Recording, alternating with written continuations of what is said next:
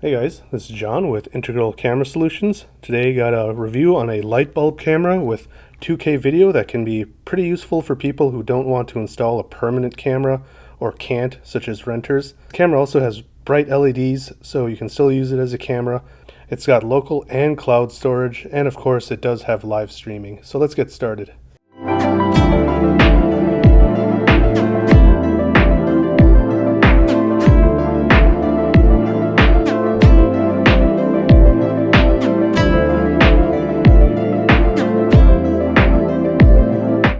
Now, as usual guys, if you are interested in purchasing this camera, I do have Amazon affiliate links down in the description.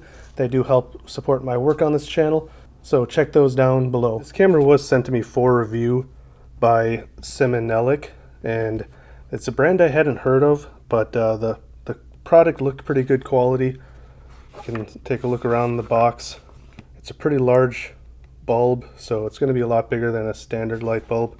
Even though this was sent to me for review, it is my honest opinion. They're not paying me for this video. So as I said, looking at this camera, it's pretty large. Compare that to a pretty typical LED bulb. It's going to be something that's great for people that want something that is obviously a camera. On the front here, it's got several standard LEDs, but it's also got infrared. So in pure darkness, you're still going to be able to see at night. Underneath here we got the local storage, which is a micro USB port. We also got a little reset switch if you ever need to reset the device. I'm going to include a wall adapter if you'd like to plug it into a wall, but you got to consider how much weight there is. So that I haven't tried this because I don't have any outlets that I thought could handle this amount of weight. It's also got this angle bracket that I had to use on my installation because the mount for it just was too close to the wall, even all the way out or all the way down. This was hitting the side of the house, so I had to use this. So even though it's nice that this comes with it, this definitely does better in mounts that are already vertical, because to get that good pan and tilt, you're going to have it vertical. Now, in addition to the local storage, it does offer cloud storage options, starting at only $449 a month or $44.99 a year. That's like paying for 10 months and getting a year. Obviously, installing this is as easy as twisting it into a light bulb socket. So if this is within reach, you definitely want to have that cloud storage, because a thief outside could just unscrew it, and if it's only stored on the memory card, you have no evidence of it. So cloud storage, I think, is a must for this.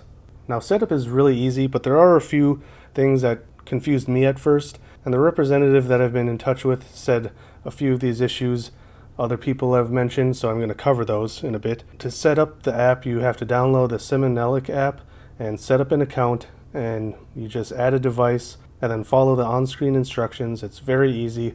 A QR code will pop up on your phone, and then you'll just hold your phone in front of the camera and you'll hear an alert, and then it adds it to your phone. Now, you can add this to Google Home or Alexa, but they are limited compared to the Symynelec app, and this is one of the parts that confused me at first. To add this device to either of them, you have to use Thule Smart, not the Symynelec app, when you're searching for the devices. So on Google Home, when you're adding a device that works with Google, you'll search for Thule Smart, not Symynelec. Now, I don't have a Google Home screen or a Chromecast, so I couldn't test it with that. But it is worth noting that you can't view a live stream on the Google Home app on your phone, so that's pretty limited. Now with Alexa, again, you'll add it as a skill. When you search for a skill, you search for Thule Smart. Then after that, you can actually view a live stream, and you can actually use the microphone for two-way communication. And I was able to view the live stream from my TV since I have the Fire Stick. Alexa, show garage camera. Okay.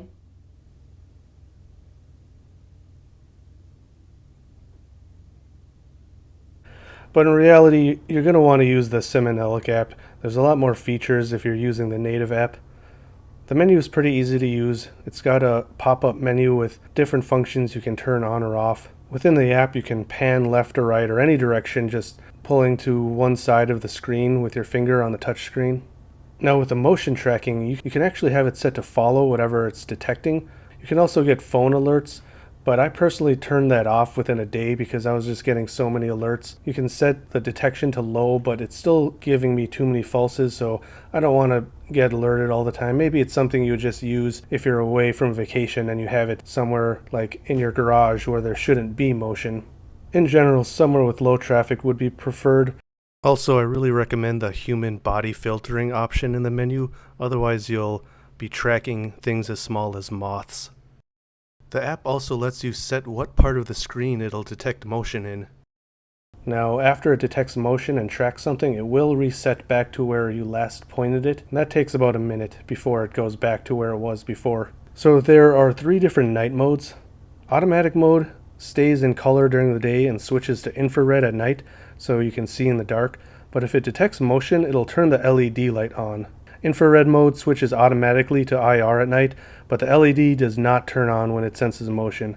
And color mode stays in standard color video even at night, so at nighttime you're not really going to see anything. If you'd like the LED to turn on when it detects motion, you need to toggle the shimmer function in the options. You can also turn the light on manually from the device menu. There's a little drop down box to turn it on or off. In addition to the motion tracking, there is also a siren.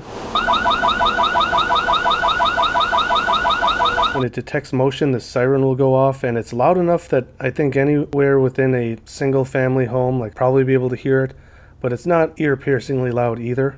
I will not use this feature unless you're using it once in a while in a low traffic area where false alarms shouldn't go off. Now, the timer function allows you to control these different motion detection alarm settings and set a certain schedule to them. I thought it was a little confusing at first because when I tried to set a schedule, it only had a start time, and I was wondering, when does this turn off? Well, it turns out you have to set another schedule for when it turns off. Overall, guys, many might not like these over cameras from well-known companies like Nest, Blink, Eufy, but these make adding a cloud camera super easy, no permanent installation required, so it's an affordable option. It's currently, I think, $54 on Amazon, so it doesn't cost an arm and a leg. Again, I said earlier, I think this is great for renters who aren't going to be able to put a permanent installation. But one major con I can see is if you place it in a socket that already exists, you might be replacing a light bulb that you actually want to use, and I don't think this LED is as good as a traditional light bulb, especially a floodlight. Even if you think this LED is good enough, you still have to open the app and turn the light on manually. But one way to alleviate that issue also is you can actually add the device to your home screen